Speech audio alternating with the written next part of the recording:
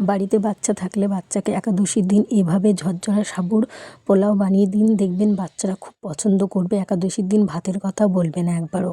প্রথমে সাবুটাকে ধুয়ে 1 কাপ জল দিয়ে 1 ঘন্টা ভিজিয়ে রাখুন। 1 ঘন্টা পর ভিজে গেলে একটা কড়াই বসিয়ে সূর্যমুখী তেল গরম হতে দিন। তেল গরম হয়ে গেলে বাদাম দিয়ে একটু ভাজুন। ভেজে এবার ওর মধ্যে আবারও কাজু কিশমিশ দিয়ে আবারও ভালো করে ভেজে নিন। ভেজে তুলে রাখুন। তুলে রেখে ওই তেলের মধ্যে 1 চামচ ঘি, 2টো তেজপাতা আর একটু গোটা গরম মশলা দিয়ে দিন।